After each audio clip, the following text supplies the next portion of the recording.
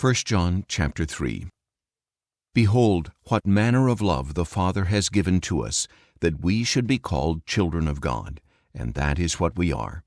The reason the world does not know us is that it did not know Him. Beloved, we are now children of God, and what we will be has not yet been revealed. We know that when Christ appears, we will be like Him, for we will see Him as He is. And everyone who has this hope in Him purifies himself just as Christ is pure. Everyone who practices sin practices lawlessness as well. Indeed, sin is lawlessness. But you know that Christ appeared to take away sins, and in Him there is no sin. No one who remains in Him keeps on sinning.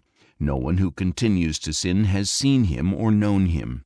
Little children, let no one deceive you. The one who practices righteousness is righteous, just as Christ is righteous. The one who practices sin is of the devil, because the devil has been sinning from the very start.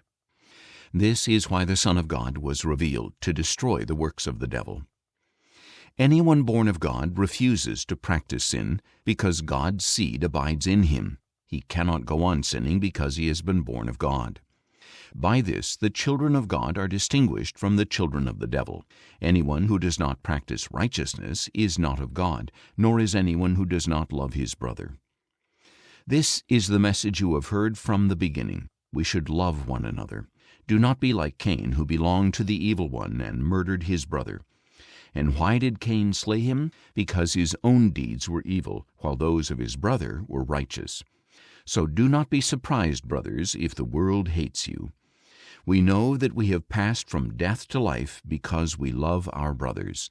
The one who does not love remains in death. Everyone who hates his brother is a murderer, and you know that eternal life does not reside in a murderer. By this we know what love is. Jesus laid down His life for us, and we ought to lay down our lives for our brothers. If anyone with earthly possessions sees his brother in need, but withholds his compassion from him, how can the love of God abide in him? Little children, let us love not in word and speech, but in action and truth. And by this we know that we belong to the truth, and will assure our hearts in His presence. Even if our hearts condemn us, God is greater than our hearts, and He knows all things. Beloved, if our hearts do not condemn us, we have confidence before God, and we will receive from Him whatever we ask, because we keep His commandments and do what is pleasing in His sight. And this is His commandment, that we should believe in the name of His Son, Jesus Christ, and we should love one another just as He commanded us. Whoever keeps His commandments remains in God, and God in him.